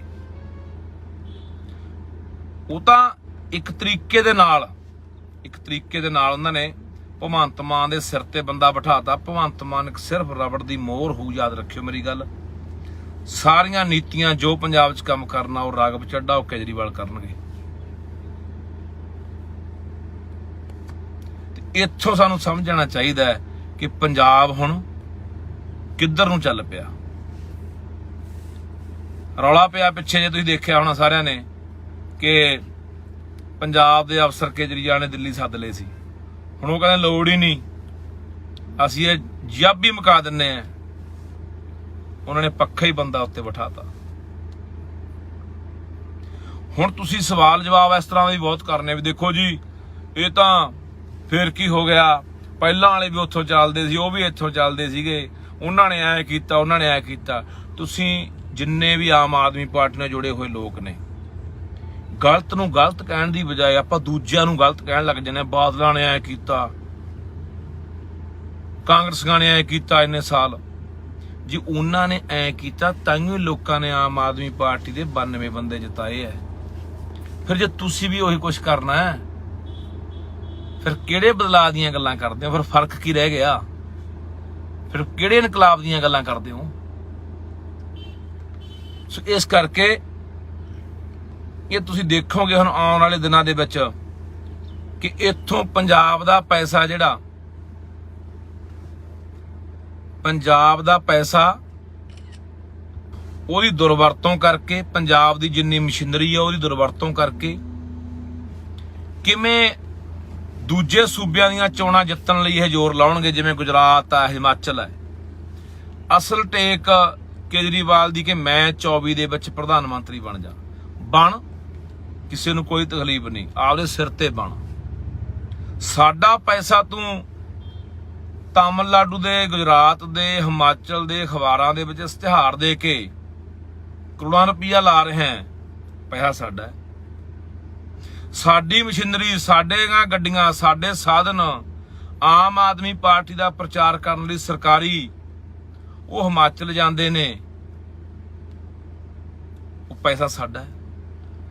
ਉਹ ਲੋਕਾਂ ਦੀ ਜੇਬ ਚੋਂ ਟੈਕਸ ਜਾਂਦਾ, ਉਹ ਪੈਸਾ ਸਾਡੇ ਤੇ ਲੱਗਣਾ ਚਾਹੀਦਾ, ਨਾ ਕਿ ਕਿਸੇ ਤੁਹਾਡੇ ਨਿੱਜੀ ਆਪਣੀ ਪਾਰਟੀ ਦੇ ਕੰਮ ਤੇ। ਇਸ ਕਰਕੇ ਆਪਾਂ ਇਦੋਂ ਪਹਿਲਾਂ ਵੀ ਦੇਖਿਆ, ਸਾਰੇ ਪੰਜਾਬ ਨੇ ਥੂ ਕੀਤੀ, ਸਾਰੇ ਪੰਜਾਬ ਨੇ ਲਾਹਨਤਾਂ ਪਾਈਆਂ ਜਿੱਦੇ ਵਿਧਾਨ ਸਭਾ ਲਈ ਵੱਖਰੀ ਜਗ੍ਹਾ ਚੰਡੀਗੜ੍ਹ ਦੇ ਵਿੱਚ ਪੰਜਾਬ ਦੇ ਮੁੱਖ ਮੰਤਰੀ ਨੇ ਮੰਗੀ ਹੈ ਕਿ ਤੂੰ ਆਪਣੇ ਘਰ ਦੇ ਵਿੱਚ ਹੀ ਜਗ੍ਹਾ ਮੰਗ ਰਿਹਾ, ਮੈਨੂੰ ਕਮਰਾ ਪਾਉਣ ਨੂੰ, ਖੁੰਝੇ ਤੇ ਕਮਰਾ ਪਾਉਣ ਨੂੰ ਥਾਂ ਦੇ ਦਿਓ। ਚੰਡੀਗੜ੍ਹ ਸਾਡਾ ਹੈ, ਤੂੰ ਤਾਂ ਖੁਦ ਦਾਅਵਾ ਕਮਜ਼ੋਰ ਕਰ ਰਿਹਾ ਹੈ। 30 ਅਪ੍ਰੈਲ ਨੂੰ ਜਦ ਦਿੱਲੀ ਦੇ ਵਿੱਚ ਚੀਫ ਜਸਟਿਸ ਦਾ ਜਿਹੜਾ ਭਾਰਤ ਦਾ ਜਿਹੜਾ ਸਭ ਤੋਂ ਵੱਡਾ ਜੱਜ ਹੈ, ਉਹਦੀ ਜਦੋਂ ਸੂਬਿਆਂ ਦੇ ਮੁੱਖ ਮੰਤਰੀਆਂ ਨਾਲ ਮੀਟਿੰਗ ਹੁੰਦੀ ਹੈ 30 ਅਪ੍ਰੈਲ ਨੂੰ ਹੋਈ ਸੀ ਦਿੱਲੀ, ਜਿਹਦੇ ਵਿੱਚ ਪੰਜਾਬ ਦੇ ਮੁੱਖ ਮੰਤਰੀ ਭਗਵੰਤ ਸਿੰਘ ਮਾਨ ਵੀ ਗਏ ਸੀ। ਤੇ ਉੱਥੇ ਭਗਵੰਤ ਮਾਨ ਨੇ ਵੀ ਇਹ ਬਿਆਨ ਰੱਖਤਾ ਸੀਗਾ। ਹਾਲੇ ਤੱਕ ਭਗਵੰਤ ਨੇ ਸਪਸ਼ਟੀਕਰਨ ਨਹੀਂ ਦਿੱਤਾ। ਸਾਰੇ ਵੱਡੇ ਅਖਬਾਰਾਂ ਦੇ ਵਿੱਚ, ਹਿੰਦੁਸਤਾਨ ਟਾਈਮਜ਼ ਦੇ ਵਿੱਚ, ਦਾ ਟ੍ਰਿਬਿਊਨ ਦੇ ਵਿੱਚ, ਪੰਜਾਬੀ ਅਖਬਾਰਾਂ ਦੇ ਵਿੱਚ ਇਹ ਖਬਰਾਂ ਲੱਗੀਆਂ ਨੇ ਕਿ 30 ਅਪ੍ਰੈਲ 2022 ਨੂੰ ਭਗਵੰਤ ਨੇ ਦਿੱਲੀ ਚੀਫ ਜਸਟਿਸ ਦੇ ਮੂਹਰੇ ਮੰਗ ਰੱਖਤੀ ਸੀ ਕਿ ਅਸੀਂ ਆਪਣਾ ਹਾਈ ਕੋਰਟ, ਅਸੀਂ ਆਪਣੀ ਵਿਧਾਨ ਸਭਾ, ਜਿਹੜਾ ਨਵਾਂ ਚੰਡੀਗੜ੍ਹ, ਨਿਊ ਚੰਡੀਗੜ੍ਹ ਜਿਹਨੂੰ ਕਹਿੰਦੇ ਸੀ, ਉੱਥੇ ਲਿਜਾਣ ਨੂੰ ਤਿਆਰ ਆ। ਇਹ ਬਿਆਨ ਹੈ ਭਗਵੰਤ ਮਾਨ ਦੇ। ਉਹਨਾਂ ਨੇ ਤਾਂ ਯੂਨੀਵਰਸਿਟੀ ਖੋਣ ਦੀ ਤਿਆਰੀ ਹੋ ਚੁੱਕੀ ਹੈ। ਕੇਂਦਰ ਦੇ ਕਾਨੂੰਨ ਲਾਗੂ ਕਰਤੇ ਆ ਚੰਡੀਗੜ੍ਹ ਦੇ ਵਿੱਚ। ਉਹ ਤਾਂ ਲੈ ਗਏ ਸਾਰਾ ਕੁਝ ਖੋ ਕੇ। BBMB ਦਾ ਪ੍ਰਬੰਧ ਸਾਡੇ ਕੋਲੋਂ ਖੋਹ ਲਿਆ ਉਹਨਾਂ ਨੇ। ਸਾਡੇ ਪੱਲੇ ਕੀ ਰਹਿਣ ਦਿੱਤਾ ਹੈ। ਆਉਣ ਵਾਲੇ ਸਮੇਂ 'ਚ ਹੋਰ ਦੇਖੋਗੇ ਹਾਲਾਤ ਕੀ ਬਣਦੇ ਆ। ਐ ਲੜੋਗੇ ਕੇਂਦਰ ਦੇ ਨਾਲ, ਤੁਸੀਂ ਖੁਦ ਹੀ ਛੱਡ ਦਿਓ ਵੀ ਠੀਕ ਹੈ ਕੋਈ ਗੱਲ ਨਹੀਂ, ਤੁਸੀਂ ਵਿਧਾਨ ਸਭਾ, ਹਾਈ ਕੋਰਟ ਵੀ ਅਸੀਂ ਆਪ ਦੀ ਮੁਹਾਲੀ ਬਣਾ ਲਾਂਗੇ, ਨਵੇਂ ਚੰਡੀਗੜ੍ਹ ਬਣਾ ਲਾਂਗੇ, ਸਾਡੀ ਯੂਨੀਵਰਸਿਟੀ ਕਿਤੇ ਹੋਰ ਬਣਾ ਲਾਂਗੇ। ਖੁਦ ਛੱਡੀ ਜਾਂਦੇ ਆ। ਕੀ ਪਤਾ ਯਾਰ ਕਿਸੇ ਚੱਡੇ ਵਰਗਿਆਂ ਨੂੰ ਕਿ ਪੰਜਾਬ ਦੇ ਦੁੱਖ ਦਰਦ ਕਿਹੜੇ ਨੇ ਯਾਰ, ਪੰਜਾਬ ਨੂੰ ਕਿਹੜੀਆਂ ਗੱਲਾਂ ਤੋਂ ਤਕਲੀਫ ਹੈ। ਤੇ ਪੰਜਾਬ ਲਗਾਤਾਰ ਉਹਨਾਂ ਨੇ ਵੀ ਲੁੱਟਿਆ ਜਿਹੜੇ ਪਹਿਲਾਂ ਬਾਦਲਾਂ ਨੇ BJP ਨਾਲ ਰਲ ਕੇ, ਕਾਂਗਰਸੀਆਂ ਨੇ ਵੀ ਲੁੱਟਿਆ। ਨਵੇਂ ਲਟੇਰੇ ਹੋਰ ਆ ਗਏ,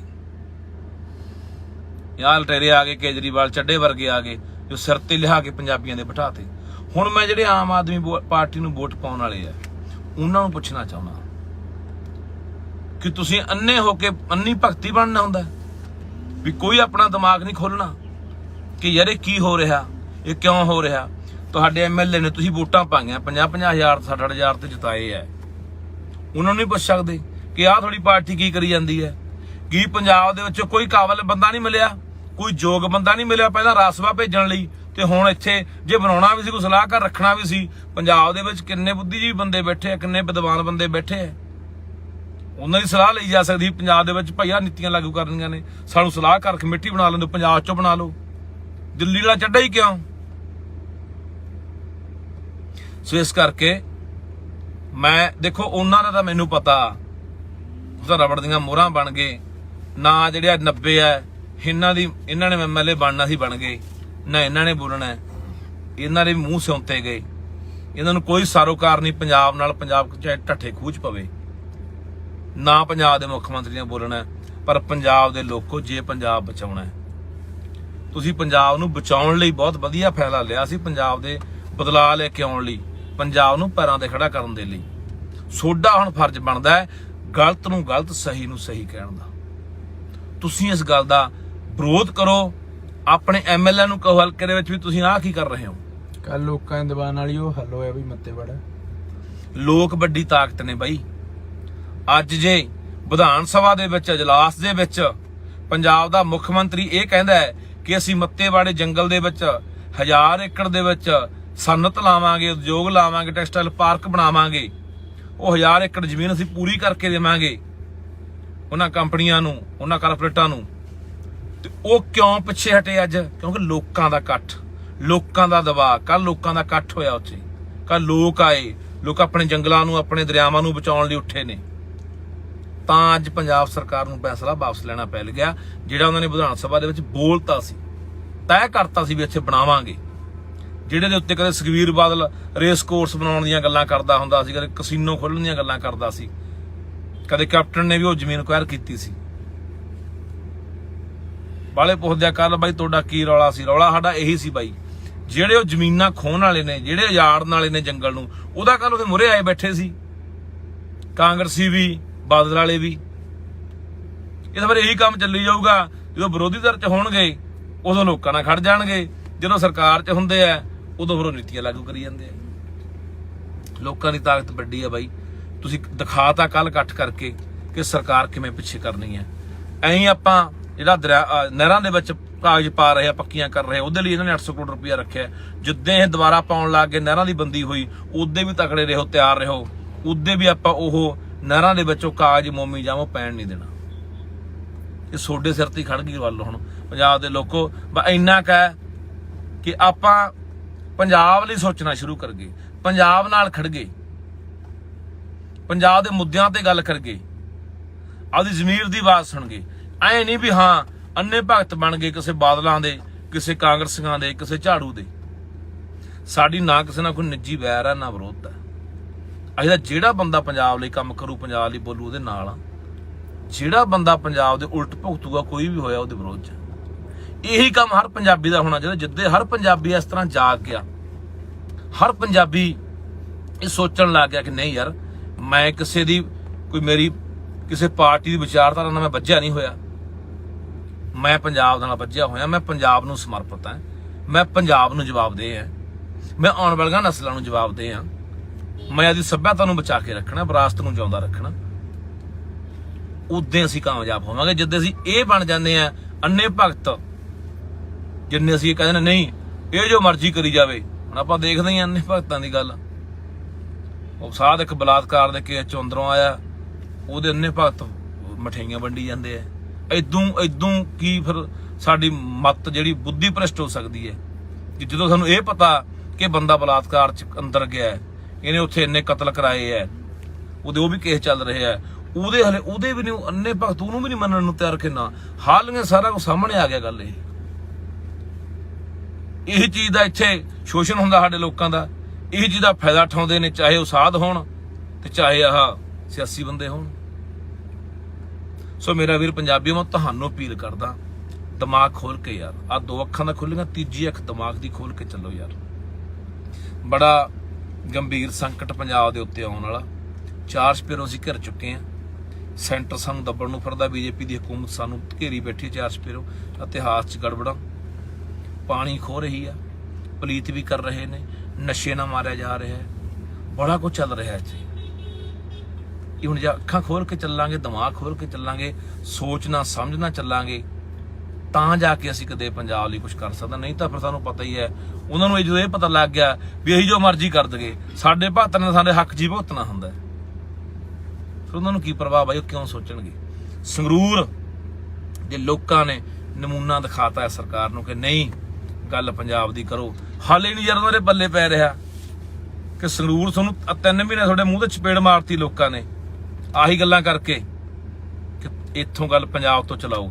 ਉਹ ਫੇਰ ਪਤੰਦਰਾ ਭਾਂਸਿਆ, ਤੂੰ ਫੇਰ ਉਹੀ ਗੱਲ ਕਰ ਰਿਹਾ ਯਾਰ, ਫੇਰ ਤੇਰੀ ਉਹੀ ਚੱਡਿਆਂ ਨੂੰ ਤੂੰ ਅੱਗੇ ਲਿਆ ਕੇ ਲਾਤਾ, ਜਿਹਨੂੰ ਲੋਕ ਕਤਈ ਬਰਦਾਸ਼ਤ ਨਹੀਂ ਕਰਨਗੇ ਗੱਲ।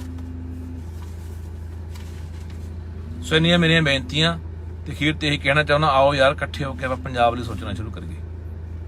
ਵਾਹਿਗੁਰੂ ਜੀ ਖਾਲਸਾ, ਵਾਹਿਗੁਰੂ ਜੀ ਕੀ ਫਤਿਹ। ਸਤਿ ਸ਼੍ਰੀ ਅਕਾਲ ਜੀ। ਸਭ ਤੋਂ ਪਹਿਲਾਂ ਤਾਂ ਇਹੀ ਕਹਿਣਾ ਚਾਹੁੰਦੇ ਆ ਕਿ ਜਿਹੜੀਆਂ ਗੱਲਾਂ ਬਾਤਾਂ ਅਸੀਂ ਵੋਟਾਂ ਤੋਂ ਪਹਿਲਾਂ ਕਹਿੰਦੇ ਰਹੇ ਕਿ ਇਹ ਪਾਰਟੀ ਜਿਹੜੀ ਇਹ ਦਿੱਲੀ ਤੋਂ ਚੱਲਣੀ ਹੈ, ਜੇ ਸਰਕਾਰ ਬਣ ਵੀ ਜਾਂਦੀ ਹੈ ਉਹ ਦਿੱਲੀ ਤੋਂ ਕਾਰਵਾਈ ਹੋਣੀ ਆ, ਉਹ ਤੇ ਅੱਜ ਮੋਹਰ ਹੈ ਜਿਹੜੀ ਉਹ ਲੱਗ ਚੁੱਕੀ ਆ। ਇਹ ਪਹਿਲੀ ਵਾਰੀ ਹੋਇਆ ਪੰਜਾਬ ਦੇ ਇਤਿਹਾਸ ਦੇ ਵਿੱਚ ਸੰਵਿਧਾਨਕ ਤੌਰ ਤੇ।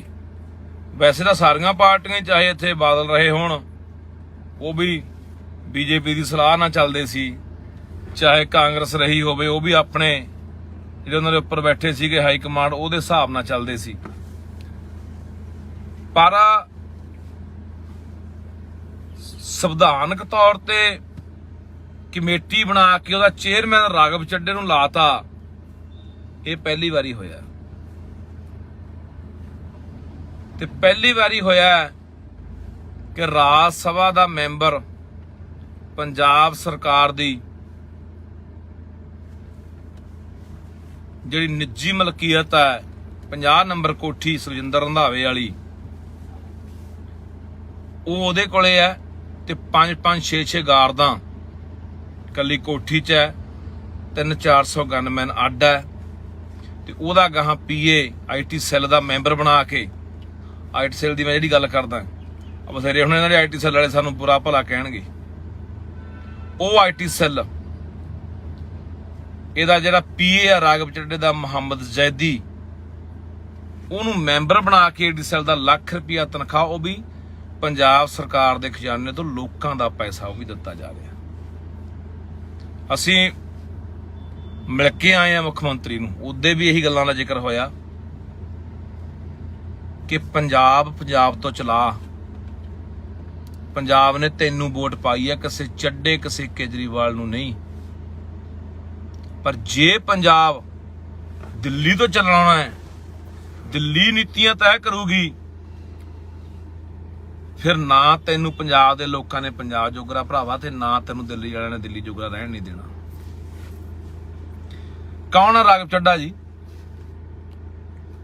ਰਾਘਵ ਚੱਡੇ ਨੂੰ ਕੀ ਪਤਾ ਸਾਡੀ ਕੀ ਤਸਵੀਰ ਹੈ, ਸਾਡੀਆਂ ਕੀ ਸਮੱਸਿਆਵਾਂ ਨੇ, ਸਾਡੇ ਕੀ ਮਸਲੇ ਨੇ, ਸਾਡੀਆਂ ਬੋਲੀਆਂ ਦੇ, ਸਾਡੇ ਪਾਣੀਆਂ ਦੇ, ਸਾਡੇ ਡੈਮਾਂ ਦੇ, ਸਾਡੀਆਂ ਯੂਨੀਵਰਸਿਟੀਆਂ ਦੇ।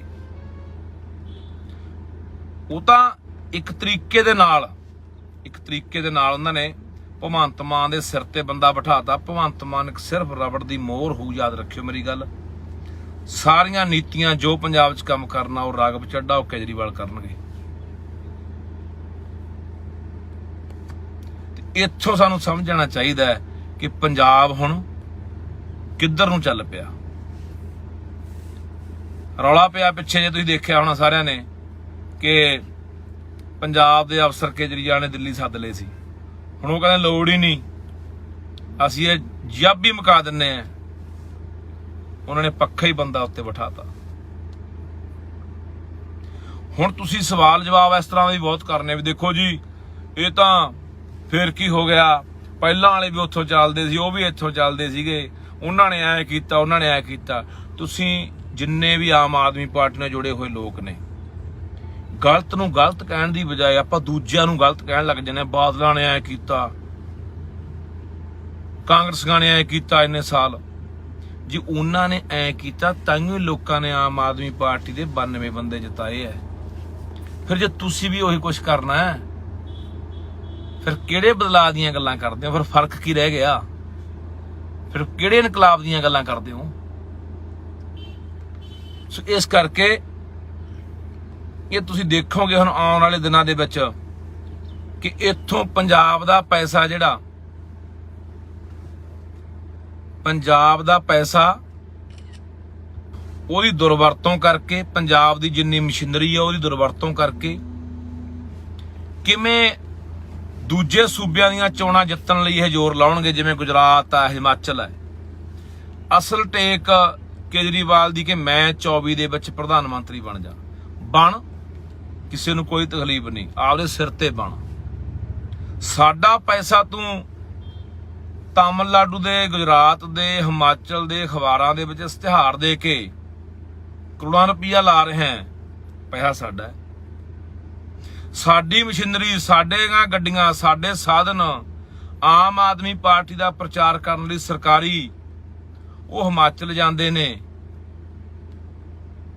ਉਹ ਪੈਸਾ ਸਾਡਾ ਹੈ, ਉਹ ਲੋਕਾਂ ਦੀ ਜੇਬ ਚੋਂ ਟੈਕਸ ਜਾਂਦਾ, ਉਹ ਪੈਸਾ ਸਾਡੇ ਤੇ ਲੱਗਣਾ ਚਾਹੀਦਾ, ਨਾ ਕਿ ਕਿਸੇ ਤੁਹਾਡੇ ਨਿੱਜੀ ਆਪਣੀ ਪਾਰਟੀ ਦੇ ਕੰਮ ਤੇ। ਇਸ ਕਰਕੇ ਆਪਾਂ ਇਦੋਂ ਪਹਿਲਾਂ ਵੀ ਦੇਖਿਆ, ਸਾਰੇ ਪੰਜਾਬ ਨੇ ਥੂ ਕੀਤੀ, ਸਾਰੇ ਪੰਜਾਬ ਨੇ ਲਾਹਨਤਾਂ ਪਾਈਆਂ ਜਿੱਦੇ ਵਿਧਾਨ ਸਭਾ ਲਈ ਵੱਖਰੀ ਜਗ੍ਹਾ ਚੰਡੀਗੜ੍ਹ ਦੇ ਵਿੱਚ ਪੰਜਾਬ ਦੇ ਮੁੱਖ ਮੰਤਰੀ ਨੇ ਮੰਗੀ ਹੈ ਕਿ ਤੂੰ ਆਪਣੇ ਘਰ ਦੇ ਵਿੱਚ ਹੀ ਜਗ੍ਹਾ ਮੰਗ ਰਿਹਾ, ਮੈਨੂੰ ਕਮਰਾ ਪਾਉਣ ਨੂੰ, ਖੁੰਝੇ ਤੇ ਕਮਰਾ ਪਾਉਣ ਨੂੰ ਥਾਂ ਦੇ ਦਿਓ। ਚੰਡੀਗੜ੍ਹ ਸਾਡਾ ਹੈ, ਤੂੰ ਤਾਂ ਖੁਦ ਦਾਅਵਾ ਕਮਜ਼ੋਰ ਕਰ ਰਿਹਾ। 30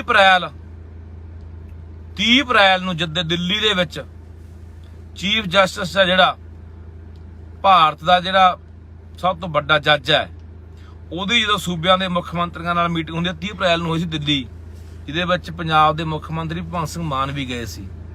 ਤੇ ਉੱਥੇ ਭਗਵੰਤ ਮਾਨ ਨੇ ਵੀ ਇਹ ਬਿਆਨ ਰੱਖਤਾ ਸੀਗਾ। ਹਾਲੇ ਤੱਕ ਭਗਵੰਤ ਨੇ ਸਪਸ਼ਟੀਕਰਨ ਨਹੀਂ ਦਿੱਤਾ।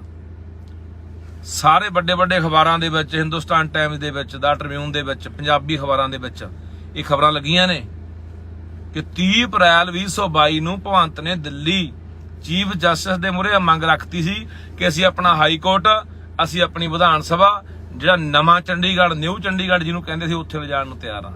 ਇਹ ਬਿਆਨ ਹੈ ਭਗਵੰਤ ਮਾਨ ਦੇ। ਉਹਨਾਂ ਨੇ ਤਾਂ ਯੂਨੀਵਰਸਿਟੀ ਖੋਣ ਦੀ ਤਿਆਰੀ ਹੋ ਚੁੱਕੀ ਹੈ।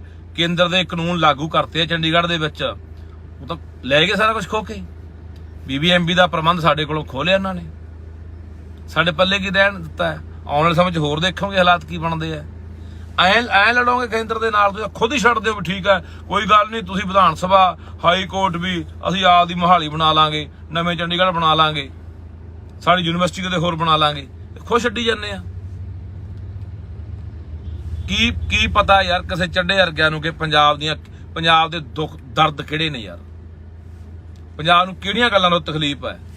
ਤੇ ਪੰਜਾਬ ਲਗਾਤਾਰ ਉਹਨਾਂ ਨੇ ਵੀ ਲੁੱਟਿਆ ਜਿਹੜੇ ਪਹਿਲਾਂ ਬਾਦਲਾਂ ਨੇ BJP ਨਾਲ ਰਲ ਕੇ, ਆ ਕਾਂਗਰਸੀਆਂ ਨੇ ਵੀ ਲੁੱਟਿਆ, ਆ ਨਵੇਂ ਲਟੇਰੇ ਹੋਰ ਆ ਗਏ। ਯਾਰ ਲਟੇਰੇ ਆ ਗਏ, ਕੇਜਰੀਵਾਲ ਚੱਡੇ ਵਰਗੇ ਆ ਗਏ ਜੋ ਸਿਰ ਤੇ ਲਿਆ ਕੇ ਪੰਜਾਬੀਆਂ ਦੇ ਬਿਠਾਤੇ। ਹੁਣ ਮੈਂ ਜਿਹੜੇ ਆਮ ਆਦਮੀ ਪਾਰਟੀ ਨੂੰ ਵੋਟ ਪਾਉਣ ਵਾਲੇ ਆ ਉਹਨਾਂ ਨੂੰ ਪੁੱਛਣਾ ਚਾਹੁੰਦਾ ਕਿ ਤੁਸੀਂ ਅੰਨੇ ਹੋ ਕੇ ਅੰਨੀ ਭਗਤੀ ਬਣਨਾ ਹੁੰਦਾ ਵੀ ਕੋਈ ਆਪਣਾ ਦਿਮਾਗ ਨਹੀਂ ਖੋਲਣਾ ਕਿ ਯਾਰ ਇਹ ਕੀ ਹੋ ਰਿਹਾ, ਇਹ ਕਿਉਂ ਹੋ ਰਿਹਾ।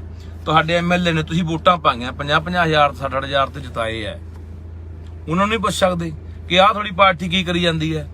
ਕੀ ਪੰਜਾਬ ਦੇ ਵਿੱਚ ਕੋਈ ਕਾਬਲ ਬੰਦਾ ਨਹੀਂ ਮਿਲਿਆ, ਕੋਈ ਯੋਗ ਬੰਦਾ ਨਹੀਂ ਮਿਲਿਆ ਪਹਿਲਾਂ ਰਾਜ ਸਭਾ ਭੇਜਣ ਲਈ, ਤੇ ਹੁਣ ਇੱਥੇ ਜੇ ਬਣਾਉਣਾ ਵੀ ਸੀ, ਕੋਈ ਸਲਾਹਕਾਰ ਰੱਖਣਾ ਵੀ ਸੀ। ਪੰਜਾਬ ਦੇ ਵਿੱਚ ਕਿੰਨੇ ਬੁੱਧੀਜੀਵੀ ਬੰਦੇ ਬੈਠੇ ਆ, ਕਿੰਨੇ ਵਿਦਵਾਨ ਬੰਦੇ ਬੈਠੇ ਆ, ਉਹਨਾਂ ਦੀ ਸਲਾਹ ਲਈ ਜਾ ਸਕਦੀ। ਪੰਜਾਬ ਦੇ ਵਿੱਚ ਭਈਆ ਨੀਤੀਆਂ ਲਾਗੂ ਕਰਨੀਆਂ ਨੇ, ਸਾਨੂੰ ਸਲਾਹਕਾਰ ਕਮੇਟੀ ਬਣਾ ਲੈਂਦੇ, ਪੰਜਾਬ ਚੋਂ ਬਣਾ ਲਓ, ਦਿੱਲੀ ਵਾਲਾ ਚੱਡਾ ਹੀ ਕਿਉਂ। ਸੋ ਇਸ ਕਰਕੇ ਮੈਂ ਦੇਖੋ ਉਹਨਾਂ ਦਾ ਤਾਂ ਮੈਨੂੰ ਪਤਾ, ਤਾਂ ਰਬੜ ਦੀਆਂ ਮੋਹਰਾਂ ਬਣ ਗਏ ਨਾ, ਜਿਹੜੇ 90 ਹੈ ਇਹਨਾਂ ਨੇ MLA ਬਣਨਾ ਸੀ, ਬਣ ਗਏ ਨਾ, ਇਹਨਾਂ ਨੇ ਬੋਲਣਾ, ਇਹਨਾਂ ਦੇ ਮੂੰਹ ਸਿਉਂਤੇ ਗਏ। ਇਹਨਾਂ ਨੂੰ ਕੋਈ ਸਾਰੋਕਾਰ ਨਹੀਂ ਪੰਜਾਬ ਨਾਲ, ਪੰਜਾਬ ਚਾਹੇ ਢੱਠੇ ਖੂਚ ਪਵੇ ਨਾ, ਪੰਜਾਬ ਦੇ ਮੁੱਖ ਮੰਤਰੀ ਨੇ ਬੋਲਣਾ।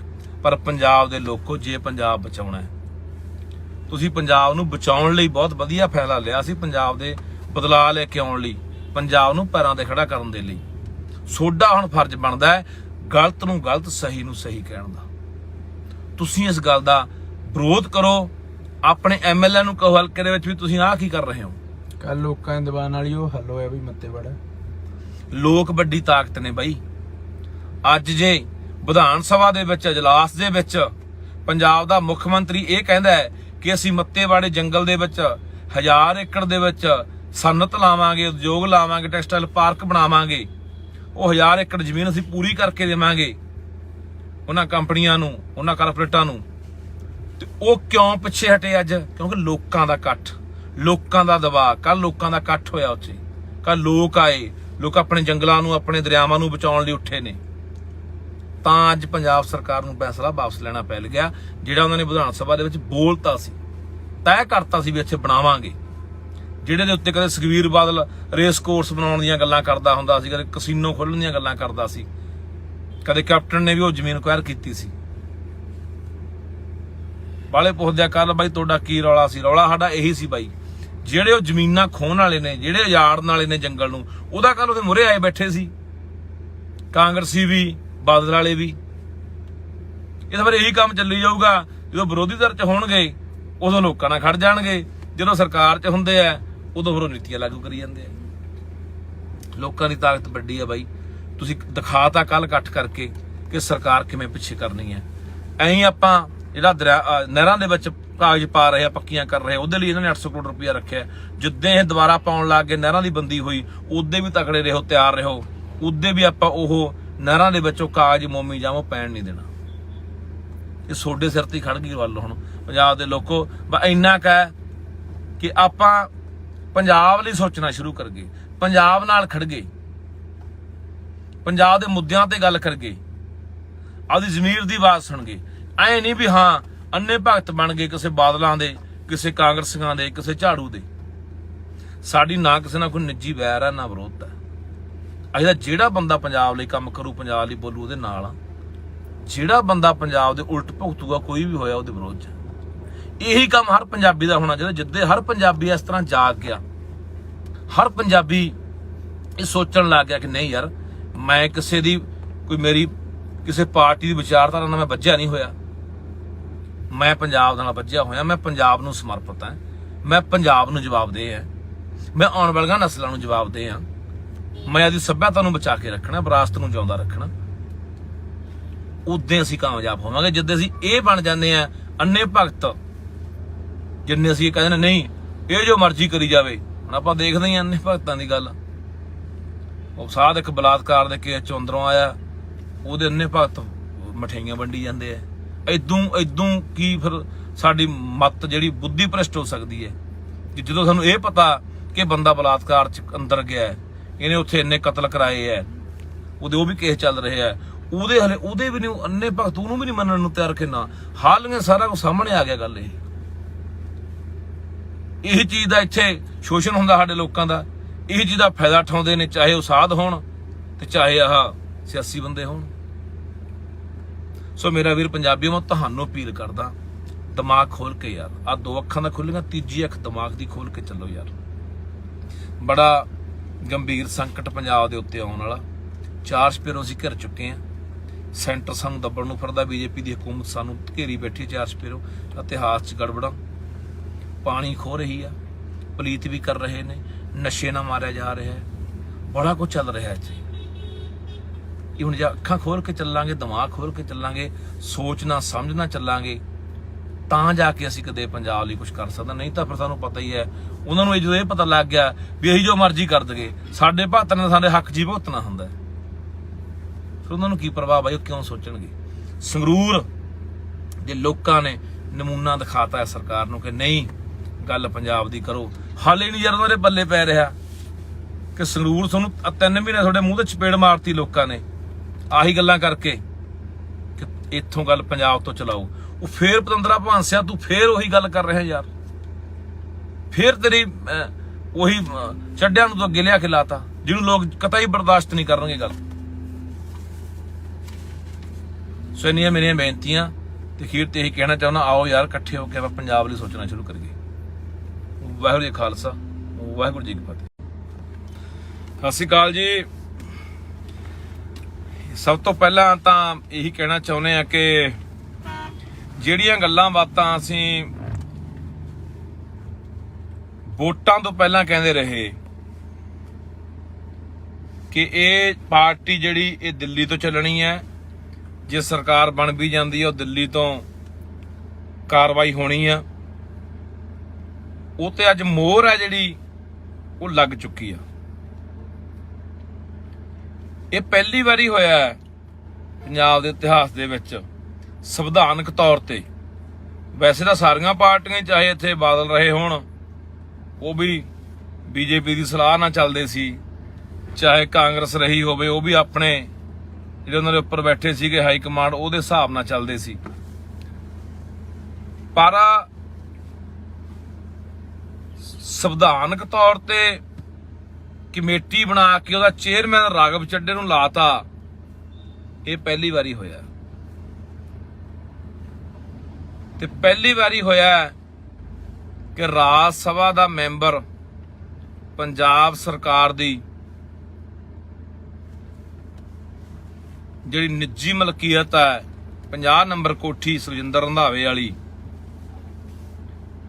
ਉਹ ਉਹਦੇ ਕੋਲੇ ਹੈ ਤੇ 5-5 6-6 ਗਾਰਦਾਂ ਕੱਲੀ ਕੋਠੀ 'ਚ ਹੈ, 300-400 ਗਨਮੈਨ ਅੱਡ ਹੈ।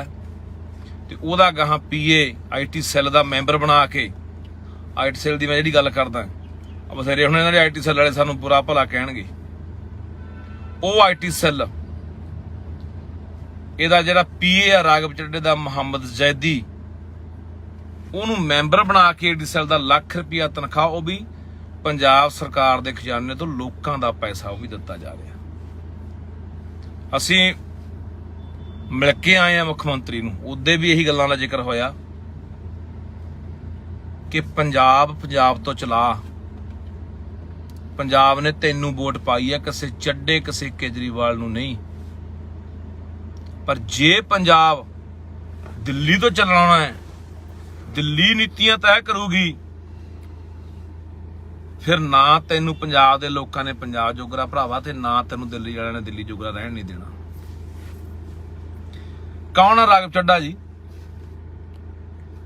ਰਾਘਵ ਚੱਡੇ ਨੂੰ ਕੀ ਪਤਾ ਸਾਡੀ ਕੀ ਤਸਵੀਰ ਆ, ਸਾਡੀਆਂ ਕੀ ਸਮੱਸਿਆਵਾਂ ਨੇ, ਸਾਡੇ ਕੀ ਮਸਲੇ ਨੇ, ਸਾਡੀਆਂ ਬੋਲੀਆਂ ਦੇ।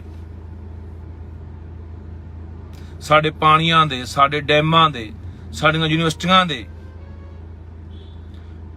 ਉਹ ਤਾਂ ਇੱਕ ਤਰੀਕੇ ਦੇ ਨਾਲ ਉਹਨਾਂ ਨੇ ਭਗਵੰਤ ਮਾਨ ਦੇ ਸਿਰ ਤੇ ਬੰਦਾ ਬਿਠਾਤਾ। ਭਗਵੰਤ ਮਾਨ ਇੱਕ ਸਿਰਫ ਰਬੜ ਦੀ ਮੋਹਰ ਹੋਊ, ਯਾਦ ਰੱਖਿਓ ਮੇਰੀ ਗੱਲ। ਸਾਰੀਆਂ ਨੀਤੀਆਂ ਜੋ ਪੰਜਾਬ 'ਚ ਕੰਮ ਕਰਨਾ ਉਹ ਰਾਘਵ ਚੱਡਾ, ਉਹ ਕੇਜਰੀਵਾਲ ਕਰਨਗੇ। ਤੇ ਇੱਥੋਂ ਸਾਨੂੰ ਸਮਝਣਾ ਚਾਹੀਦਾ ਹੈ ਕਿ ਪੰਜਾਬ ਹੁਣ ਕਿੱਧਰ ਨੂੰ ਚੱਲ ਪਿਆ। ਰੌਲਾ ਪਿਆ ਪਿੱਛੇ, ਜੇ ਤੁਸੀਂ ਦੇਖਿਆ ਹੋਣਾ ਸਾਰਿਆਂ ਨੇ, ਕਿ ਪੰਜਾਬ ਦੇ ਅਫਸਰ ਕੇਜਰੀਵਾਲ ਨੇ ਦਿੱਲੀ ਸੱਦ ਲਏ ਸੀ। ਹੁਣ ਉਹ ਕਹਿੰਦੇ ਲੋੜ ਹੀ ਨਹੀਂ, ਅਸੀਂ ਇਹ ਜੱਬ ਹੀ ਮੁਕਾ ਦਿੰਨੇ ਆ। ਉਹਨਾਂ ਨੇ ਪੱਖਾ ਹੀ ਬੰਦਾ ਉੱਤੇ ਬਿਠਾਤਾ। ਹੁਣ ਤੁਸੀਂ ਸਵਾਲ ਜਵਾਬ ਇਸ ਤਰ੍ਹਾਂ ਦੇ ਬਹੁਤ ਕਰਨੇ ਵੀ ਦੇਖੋ ਜੀ ਇਹ ਤਾਂ ਫਿਰ ਕੀ ਹੋ ਗਿਆ, ਪਹਿਲਾਂ ਵਾਲੇ ਵੀ ਉੱਥੋਂ ਚੱਲਦੇ ਸੀ, ਉਹ ਵੀ ਇੱਥੋਂ ਚੱਲਦੇ ਸੀਗੇ, ਉਹਨਾਂ ਨੇ ਐ ਕੀਤਾ, ਉਹਨਾਂ ਨੇ ਐ ਕੀਤਾ। ਤੁਸੀਂ ਜਿੰਨੇ ਵੀ ਆਮ ਆਦਮੀ ਪਾਰਟੀ ਨਾਲ ਜੁੜੇ ਹੋਏ ਲੋਕ ਨੇ, ਗਲਤ ਨੂੰ ਗਲਤ ਕਹਿਣ ਦੀ ਬਜਾਏ ਆਪਾਂ ਦੂਜਿਆਂ ਨੂੰ ਗਲਤ ਕਹਿਣ ਲੱਗ ਜਾਂਦੇ। ਬਾਦਲਾਂ ਨੇ ਐ ਕੀਤਾ, ਕਾਂਗਰਸੀਆਂ ਨੇ ਐ ਕੀਤਾ ਇੰਨੇ ਸਾਲ।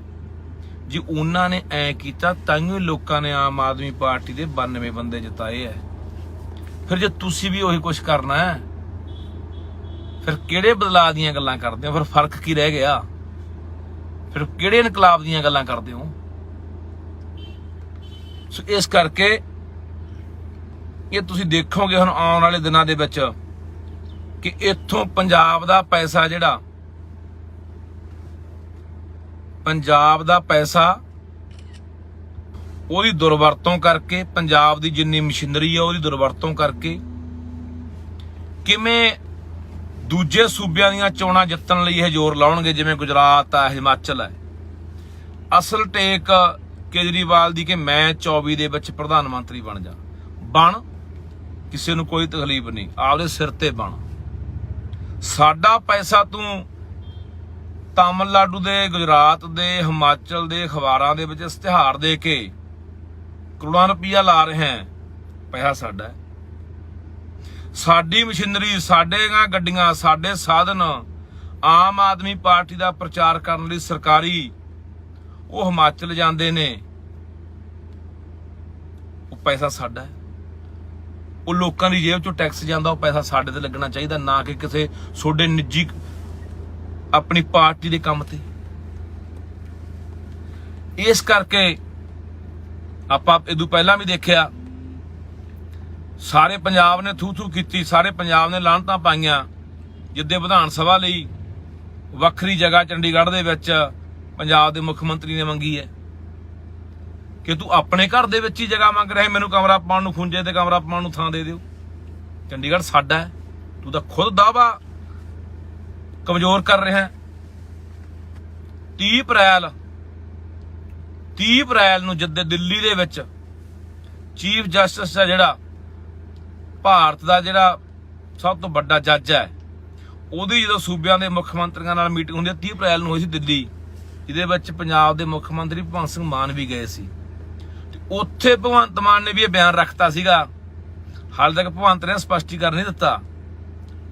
ਸਾਰੇ ਵੱਡੇ ਅਖਬਾਰਾਂ ਦੇ ਵਿੱਚ, ਹਿੰਦੁਸਤਾਨ ਟਾਈਮਜ਼ ਦੇ ਵਿੱਚ, ਦਾ ਟ੍ਰਿਬਿਊਨ ਦੇ ਵਿੱਚ, ਪੰਜਾਬੀ ਅਖਬਾਰਾਂ ਦੇ ਵਿੱਚ ਇਹ ਖਬਰਾਂ ਲੱਗੀਆਂ ਨੇ ਕਿ 30 ਅਪ੍ਰੈਲ 2022 ਨੂੰ ਭਗਵੰਤ ਨੇ ਦਿੱਲੀ ਚੀਫ ਜਸਟਿਸ ਦੇ ਮੂਹਰੇ ਮੰਗ ਰੱਖਤੀ ਸੀ ਕਿ ਅਸੀਂ ਆਪਣਾ ਹਾਈ ਕੋਰਟ, ਅਸੀਂ ਆਪਣੀ ਵਿਧਾਨ ਸਭਾ, ਜਿਹੜਾ ਨਵਾਂ ਚੰਡੀਗੜ੍ਹ, ਨਿਊ ਚੰਡੀਗੜ੍ਹ ਜਿਹਨੂੰ ਕਹਿੰਦੇ ਸੀ, ਉੱਥੇ ਲਿਜਾਣ ਨੂੰ ਤਿਆਰ ਆ। ਇਹ ਬਿਆਨ ਹੈ ਭਗਵੰਤ ਮਾਨ ਦੇ। ਉਹਨਾਂ ਨੇ ਤਾਂ ਯੂਨੀਵਰਸਿਟੀ ਖੋਲ੍ਹਣ ਦੀ ਤਿਆਰੀ ਹੋ ਚੁੱਕੀ ਹੈ, ਕੇਂਦਰ ਦੇ ਕਾਨੂੰਨ ਲਾਗੂ ਕਰਤੇ ਆ ਚੰਡੀਗੜ੍ਹ ਦੇ ਵਿੱਚ। ਉਹ ਤਾਂ ਲੈ ਗਏ ਸਾਰਾ ਕੁਝ ਖੋ ਕੇ। BBMB ਦਾ ਪ੍ਰਬੰਧ ਸਾਡੇ ਕੋਲੋਂ ਖੋਹ ਲਿਆ ਉਹਨਾਂ ਨੇ, ਸਾਡੇ ਪੱਲੇ ਕੀ ਰਹਿਣ ਦਿੱਤਾ ਹੈ। ਆਉਣ ਵਾਲੇ ਸਮੇਂ 'ਚ ਹੋਰ ਦੇਖੋਗੇ ਹਾਲਾਤ ਕੀ ਬਣਦੇ ਆ। ਐ ਲੜੋਗੇ ਕੇਂਦਰ ਦੇ ਨਾਲ, ਤੁਸੀਂ ਖੁਦ ਹੀ ਛੱਡ ਦਿਓ ਵੀ ਠੀਕ ਹੈ ਕੋਈ ਗੱਲ ਨਹੀਂ, ਤੁਸੀਂ ਵਿਧਾਨ ਸਭਾ, ਹਾਈ ਕੋਰਟ ਵੀ ਅਸੀਂ ਆਪ ਦੀ ਮੁਹਾਲੀ ਬਣਾ ਲਾਂਗੇ, ਨਵੇਂ ਚੰਡੀਗੜ੍ਹ ਬਣਾ ਲਾਂਗੇ, ਸਾਡੀ ਯੂਨੀਵਰਸਿਟੀ ਕਿਤੇ ਹੋਰ ਬਣਾ ਲਾਂਗੇ, ਖੁਦ ਛੱਡੀ ਜਾਂਦੇ ਆ।